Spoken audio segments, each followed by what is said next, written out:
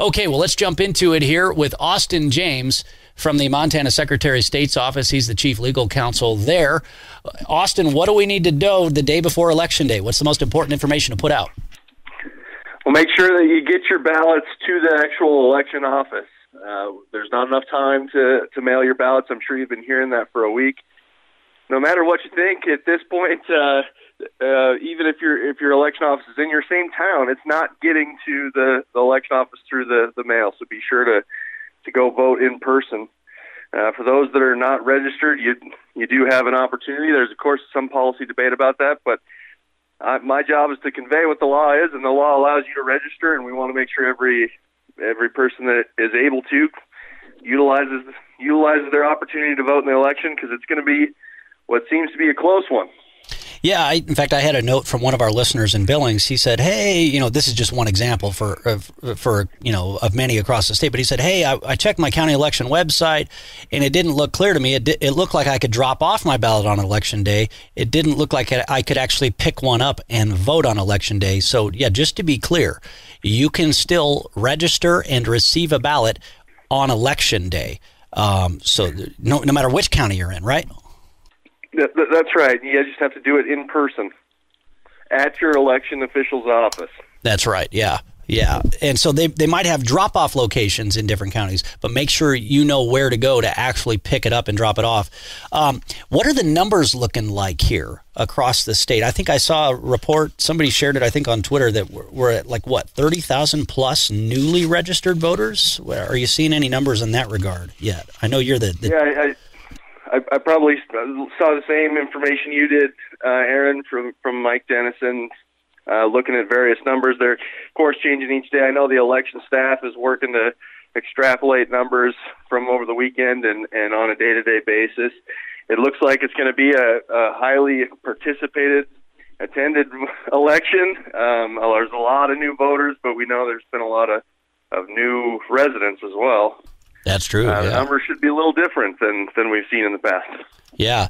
30 seconds to go before our break, and then we'll go back to Austin James, the chief counsel for the Montana Secretary of State's office. What's your biggest concern heading into Election Day as the chief counsel? As the chief counsel, my biggest concern is that this election will not be over, and my job will be very busy for the next month, Aaron.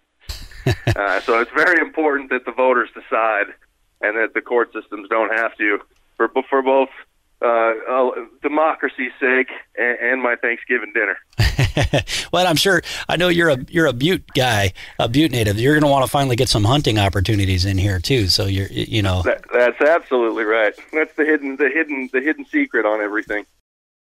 Austin James with the Montana Secretary of State's office. Austin, what other important information do you want to put out before Election Day tomorrow? Well, while we're on the topic of security, Aaron, there's election and security is very important to all of us because it protects all of our votes.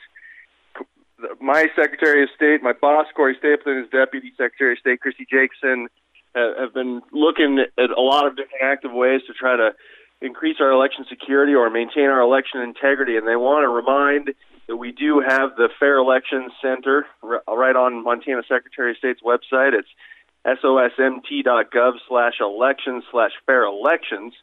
And on that site, there is a downloadable form. If you do have something that you want to report pertaining to fair elections or any type of suspicious activity at the polls, it's very important to all of us that we maintain our integrity at the polls.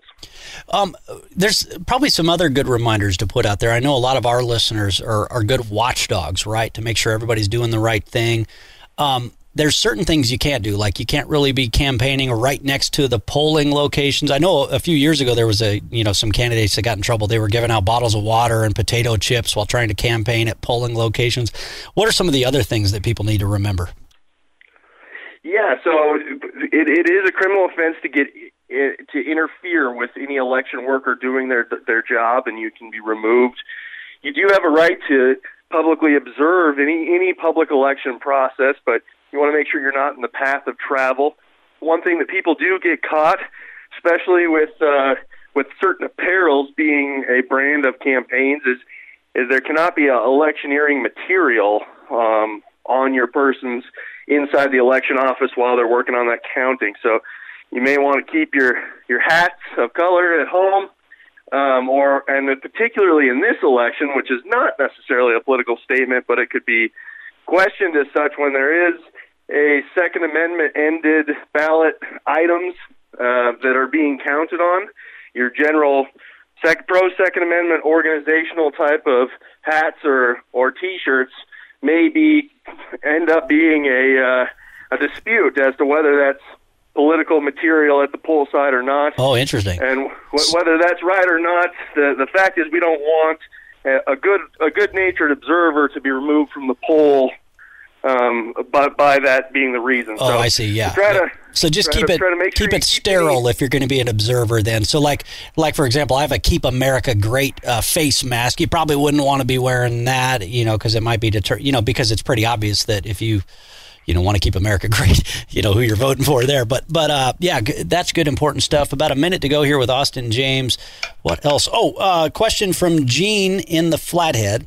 Says Gene plans to hand deliver a ballot. How long will the office be open? Will there be a drop box or a slot? So how long will the offices be open across the state? It's till 8, right, everywhere? That's correct. You have up until 8 p.m. to vote. If you're in the line, usually the cutoff of the line is at 8 p.m. However, every county has their own election plan, and it will be based on that election plan. The state statute mandates that 8 p.m. is the cutoff, and any particulars for those situations, you'll want to contact your county election staff or call the Secretary of State's office. I can tell you we have some phenomenal people in the elections department that are ready to answer any questions, and some people would prefer to call the state's office over their county, and others would prefer to call their county directly, but both of them should be able to provide you with those specific questions. You want to make sure you get it in by 8, though.